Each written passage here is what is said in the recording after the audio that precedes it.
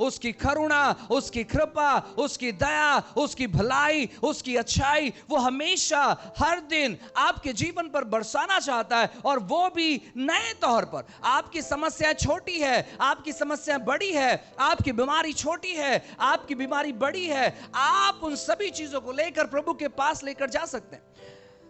काफी बार लोग ऐसे कहते हैं कि यार ये व्यक्ति बीमार क्यों पड़ गया, शायद इसने अपने जीवन में कुछ गलत किया है। और फिर हम जो लोग हैं जो बीमार पड़ जाते हैं, हम सोचने लगते हैं कि क्यों मैं बीमार पड़ा, ऐसी कौन सी गलत बात मेरे जीवन में है, ऐसी कौन सी गलत चीज मेरे जीवन में है, और हम अपने आप को दोष लगाने लगते हैं, हम अपने आप को दोषी ठहराते हैं। आपको किसी भी प्रकार का दोष लगाने की जरूरत नहीं है। बाइबल कहता है कि वैद्य भले चंगों के लिए नहीं आया है, वैद्य आया है बीमारों के लिए। और परमेश्वर का एक बहुत खूबसूरत नाम है, और वो है यहोवा रोफे का। उसका मतलब है चंगाई प्रदान करने वाला परमेश्वर। उसका दूसरा अर्थ होता है सेहत प्रदान करने वाला परमेश्वर। आपको क्या करना है, जब आप महसूस करते हैं कि आपके शरीर में तंदुरुस्ती नहीं है, आप थोड़े से सुस्ती का अनुभव कर रहे हैं, आप थोड़ा सा कमजोरी का अनुभव कर रहे हैं, आप कह सकते हैं कि मैं जानता हूं प्रभु आप मेरे साथ में, आप यहोवा रोफे का हो परमेश्वर, आप चंगाई को प्रदान करने वाले परमेश्वर है, आप सेहत को प्रदान करने वाले परमेश्वर है। और प्रभु इस समय मैं आपसे सेहत और चंगाई को मैं ग्रहण करता हूं परमेश्वर। मेरे हड्डी में, मेरे नसों में, मेरे लहू में, मेरे मांस में, मेरे मस्तक में प्रभु आपने चंगाई भरा है, आपने सेहत भरा है, इसलिए मैं धन्यवाद देता हूं। और जब आप इस प्रकार का आज्ञा करना चालू करोगे तो बीमारी क्या करेगा मालूम है क्या? बीमारी आपके शरीर को छोड़कर चले जाएगा, वो आपके शरीर में नहीं रहेगा। लेकिन क्यों बीमारी अक्सर लोगों के शरीर में रहती है? क्योंकि वो दोष भावना से भरे हुए रहते हैं, उन्होंने किसी का कुछ सुना। इसलिए मैं इन दिनों में लोगों को सावधान करना चाहता हूं कि किसका आप सुनते हैं, बहुत सावधानी पूर्वक सुने, क्योंकि उसके सुनने के द्वारा एक तो आप आपके विश्वास में बढ़ेंगे, या तो दूसरा आप अपने आप को दोष लगाने लगेंगे, या तो फिर आप लोगों को दोष लगाने लगेंगे। आप बहुत ज्यादा इन दिनों में परमेश्वर के वचन के साथ संगति करें। इन दिनों में आप परमेश्वर से प्रार्थना करें, परमेश्वर से मध्यस्थी करें, परमेश्वर से अनुभव करें कि प्रभु आपका वचन मुझसे बात करना चाहिए। एक रहस्यमय बात बताऊं आपको, जिन लोगों से परमेश्वर का वचन बात नहीं करता है, वो लोग यहां वहां भटकते रहते हैं ताकि लोग उनके जीवन से बात कर पाए। जो लोगों से परमेश्वर का वचन बात करता है वो कभी यहां वहां नहीं भटकेंगे। अच्छा वो क्या कह रहा है, अच्छा ये क्या कह रहा है, आपको कोई यहां वहां भटकने की जरूरत नहीं है। जब ये बात करता है, ये सबसे महान प्रकाशन है, ये सबसे महान तौर पर बात करता है, और जब ये बात करता है तो जिंदगियां बदल जाती है। और इससे अपेक्षा करना कि ये आपसे बात करे, ये क्यों नहीं बात कर रहे हैं मालूम है? क्योंकि आपने इसके लिए दरवाजा बंद कर दिया है, और संसार के लोगों के लिए आपने दरवाजा खुला कर दिया है। ये क्यों आपसे बात नहीं कर पा रहा है मालूम है? क्योंकि आपका ध्यान इसके ऊपर नहीं है, आपका ध्यान लोगों पर है। ये श्रेष्ठ सेवक है, और ये अद्भुत सेवक है, ये महान सेवक है। एक दिन एक व्यक्ति मेरी किताब को पढ़ रहा था, और उसने मेरे किताब को पढ़ा और उसने कहा कि ब्रदर, हम आपकी किताब से एग्री नहीं करते, क्योंकि इस महान सेवक ने ऐसे ऐसे बात कहा था।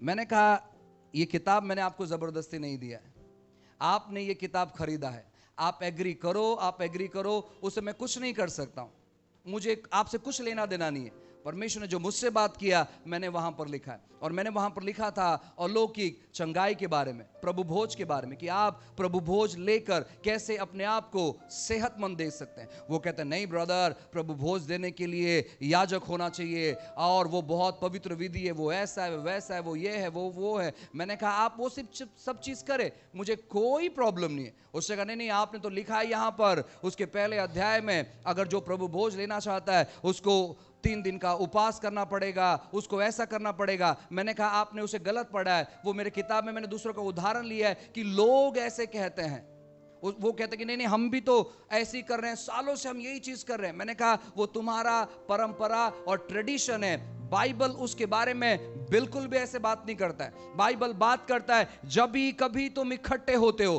तो मेरे स्मरण के लिए यह किया करो। अगर आप दिन में 5 बार इकट्ठे होते हो तो आप 5 बार उसे ले सकते हो, क्योंकि वहां पर लिखा है जब भी कभी आप इकट्ठे होते हो। आप महीने में एक बार इकट्ठे नहीं होते हैं, आप हफ्ते में एक बार इकट्ठे नहीं होते हैं, आप जब भी कभी इकट्ठे होते हो आप उसे ले सकते हैं। अगर आप साल में एक बार इकट्ठे होते हो आप साल में एक बार लो, आप 6 महीने में एक बार इकट्ठे होते हो आप 6 महीने में एक बार लो। लेकिन अगर आप रोज 5 बार इकट्ठे होते हो तो आप रोज 5 बार उसे ले सकते हैं, क्योंकि वचन कहता है जब भी कभी आप इकट्ठे होते हो तो मेरे स्मरण के लिए यह किया करो। लोग आज परमेश्वर का वचन क्या कहता है वो नहीं सुनना चाहते हैं, उन्होंने अपना कान बंद कर लिया है, और इसीलिए संसार के बहुत सारे लोगों का जो नॉइस है वो उन तक पहुंच रहा है। यीशु मसीह ने यह नहीं कहा कि मेरा शोर तुम तक पहुंचेगा, मेरी भेड़ मेरे शोर को सुनेगी। उसने कहा मेरी भेड़ मेरी आवाज को सुनेगी, मेरी वाणी को सुनेगी। शोर और वाणी में बहुत फर्क है। आज दुनिया में जो भी चीजें हो रही है ना वो शोर हो रहा है, क्योंकि कोई कुछ कह रहा है, कोई कुछ कह रहा है। लेकिन यीशु जब बात करता है ना तो वो अपनी वाणी के द्वारा बात करता है। इसको सबसे प्रथम आप स्थान दो। ये बात जब आपको समझ में नहीं आ रहा है तभी आप लोगों का सहारा लो कि दूसरे लोग इस वचन के बारे में क्या बात करते हैं, लेकिन इसको प्रयास करो जितना हो सके, परमेश्वर के वचनों का प्रयास करो कि आप उसे समझने पाए। आप परमेश्वर के सामने बैठो और कहो परमेश्वर मैं आपके वचनों को समझना चाहता हूं, मैं आपके वचनों को जानना चाहता हूं। और जिस दिन आपने ये परमेश्वर से बातें करना चालू किया कि प्रभु मैं आपके वचन को समझना चाहता हूं, उस दिन आप देखोगे उस दिन से आपकी आत्मिक उन्नति एक अलग तौर पर रहेगी। आज लोग क्यों केवल शारीरिक तौर पर बढ़ रहे हैं, आत्मिक तौर पर नहीं बढ़ रहे, मालूम है? क्योंकि वे अपने शरीर को तृप्त कर रहे हैं और अपना आत्मिक भोजन वो परमेश्वर के वचन से नहीं खा रहे, और उसी की वजह से उनके अंदर आस बहुत सारा है लेकिन वो किसी चीज को पूरा नहीं कर पा रहे। अगर आप आपके आस को पूरा करना चाहते जो आपने परमेश्वर के लिए रखा है तो ये सबसे सही खुराक है, ये सबसे अच्छा भोजन है। जितना हो सके आप इसे पढ़ना चालू करो, जितना हो सके इसे सुनना चालू करो, जितना हो सके मध्यस्थी करना चालू करो परमेश्वर के वचन के अनुसार कि प्रभु मुझे वचन समझ में आना चाहिए। यहां वहां के लिए मध्यस्थी करना बंद करो और प्रार्थना करना चालू करो, प्रभु मुझे आपका वचन समझ में आना चाहिए, क्योंकि वचन ही एक है जो आपको आपके गड्ढों से बाहर निकालेगा। वचन ही एक है जो आपको आपके व्यवसाय में ऊपर लेकर आएगा। वचन ही है कि बाइबल कहता है, बहुत खूबसूरत चीज मुझे याद आया, यहोशू कहता है अगर आप रात दिन परमेश्वर के वचन पे मनन करेंगे तो आपके हाथों के सारे कार्य सफल होंगे। आप चाहे कोई भी कार्यों में हाथ डालो, अगर आप परमेश्वर के वचनों को मनन करेंगे तो सफलता निश्चित आपके कदमों तले रहेगा। लेकिन अगर आप यहां वहां बहकी चीजें सुनेंगे और आपको लगे कि आप बहुत बड़े सफलता पूर्वक व्यक्ति बनेंगे, कुछ दिनों के बाद आप 100 साल मसीह में बिताने के बाद भी आपको बस महसूस होगा कि एक दिन आएगा जहां पर मैं बड़ा परिवर्तन लाऊंगा, जहां मैं बड़ा रिवाइवल लेकर आऊंगा, जहां पर हजारों लोग मेरे संदेश को सुनेंगे, जहां पर हजारों लोग मेरी सभा में आएंगे और मेरी प्रार्थना करने के द्वारा मुर्दे जिंदे हो जाएंगे। ये केवल आपका ख्वाब बनकर रह जाएगा, ये आपका सपना बनकर रह जाएगा, लेकिन वो पूरा कभी नहीं होगा। आप में से कुछ लोगों के बारे में मैं कहना चाहता हूं, क्यों आप अद्भुत बातों को अनुभव नहीं कर पा? आपके पास बहुत अच्छी सोच है परमेश्वर को लेकर, आपके पास अच्छी सोच है प्रभु के सेवकाई को लेकर, आपके पास अच्छी सोच है लोगों को जीतने के बारे में, आपके पास बहुत अच्छी सोच है, लेकिन वो पूरी क्यों नहीं हो पा रही? मालूम है क्या? क्योंकि आप इसके साथ समय नहीं बिता रहे।